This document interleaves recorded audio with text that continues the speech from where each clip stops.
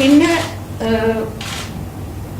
വിധി വന്നപ്പോൾ ഞങ്ങളെല്ലാവരും സ്വിച്ച് ഓഫ്, 7-ാം പ്രതി വെറുതെ വിട്ടു എന്ന് പറഞ്ഞപ്പോൾ തന്നെ ഞാൻ പറഞ്ഞു സ്വിച്ച് ഓഫ് ചെയ്തോളൂ, ഇനി അവിടെ നിന്ന് അങ്ങോട്ട് ആർക്കും ശിക്ഷ ഉണ്ടാവാൻ വഴിയില്ല എന്ന് ഞാൻ പറഞ്ഞു. അപ്പോൾ തന്നെ സ്വിച്ച് ഓഫ് ചെയ്തു.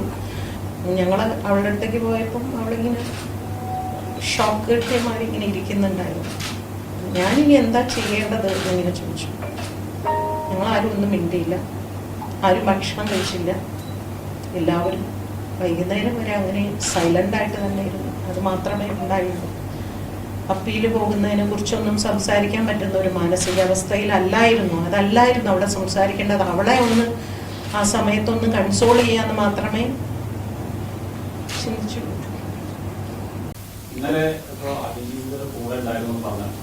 അപ്പോൾ അവരുടെ എന്തെങ്കിലും വീഡിയോസിനോട് പറയാൻ പറ്റുന്ന കാര്യങ്ങളുണ്ടെങ്കിൽ അവരുടെ എന്തായിരുന്നു അവരുടെ ആദ്യ പ്രതികരണം? ഇനിയിപ്പോൾ എന്തെങ്കിലും നിയമ നടപടിയോ എന്താ ഒരു ഭാഗത്തുനിന്ന് അങ്ങനെ എന്തെങ്കിലും പറയാവുന്ന കാര്യങ്ങളുണ്ടെങ്കിൽ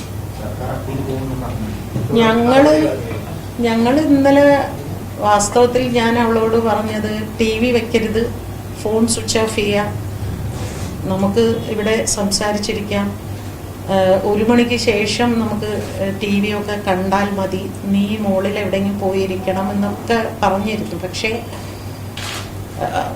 അവളിങ്ങനെ വല്ലാത്ത റെസ്റ്റ്ലെസ് ആയിരുന്നു, ഭക്ഷണം കഴിക്കാതെയും ഉറങ്ങാതെയൊക്കെ ഇങ്ങനെ. അപ്പം അവൾ മുകളിലെ മുറിയിൽ തന്നെയായിരുന്നു, അവൾ TV കാണാനൊന്നും വന്നില്ല. ഞാനും അവളുടെ കുറച്ച് വളരെ അടുത്ത സുഹൃത്തുക്കൾ, ശില്പ, മൃദുല എന്നൊക്കെ പറയുന്ന കുട്ടികൾ, പിന്നെ അവളുടെ ബ്രദേഴ്സ് 2 പേരും ഉണ്ടായിരുന്നു, അമ്മയും. ഞങ്ങൾ മാത്രം TVയുടെ മുമ്പിലിരുന്ന് കണ്ടുകൊണ്ടിരുന്നു.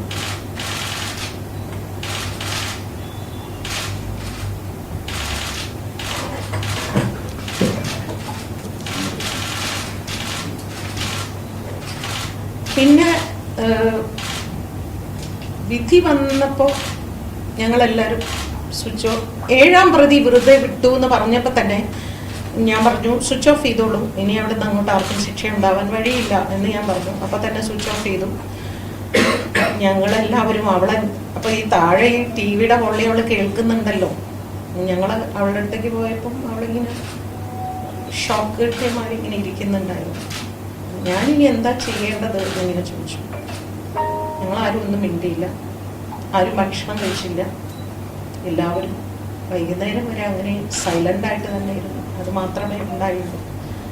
അപ്പീൽ പോകുന്നതിനെ കുറിച്ചൊന്നും സംസാരിക്കാൻ പറ്റുന്ന ഒരു മാനസികാവസ്ഥയിലല്ലായിരുന്നു. അതല്ലായിരുന്നു അവിടെ സംസാരിക്കേണ്ടത്. അവളെ ഒന്ന് ആ സമയത്തൊന്ന് കൺസോൾ ചെയ്യാന്ന് മാത്രമേ ചിന്തിച്ചു.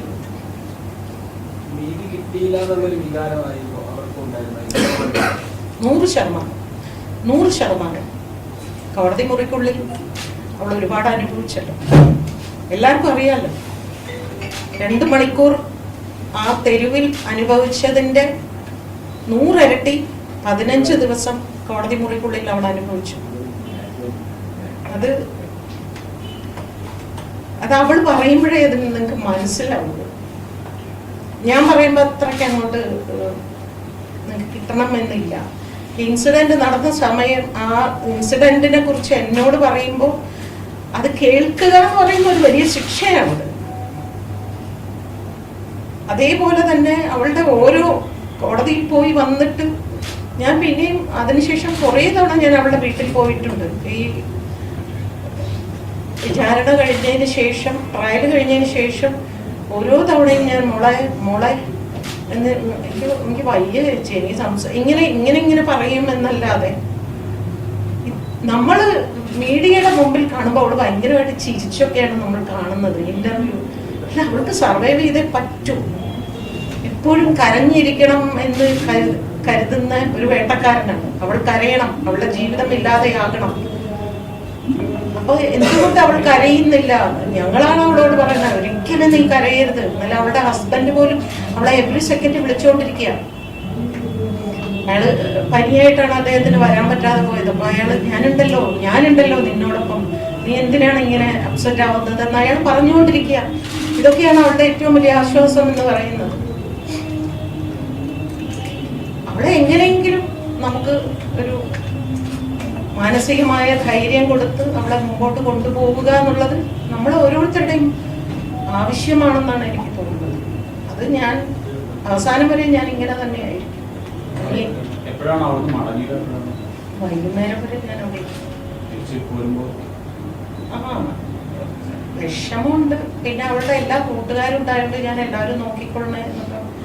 ഇന്ന് രാവിലെ എന്നെ വിളിച്ചു, ഞങ്ങൾ വൈകുന്നേരം വീണ്ടും കാണുന്നുണ്ട്, വീണ്ടും ഞങ്ങൾ ഒന്നിച്ച് കുറേ നേരം ഇരിക്കുന്നുണ്ട്. ഞാൻ എന്തായാലും 11-ാം തീയതി വരെ ഇവിടെയുണ്ട്. 11-ാം തീയതി വരെ ഞാനിങ്ങനെ തൃശ്ശൂർ പോകും, തിരിച്ച് പാലക്കാട് വരും, തൃശ്ശൂർ അങ്ങനെ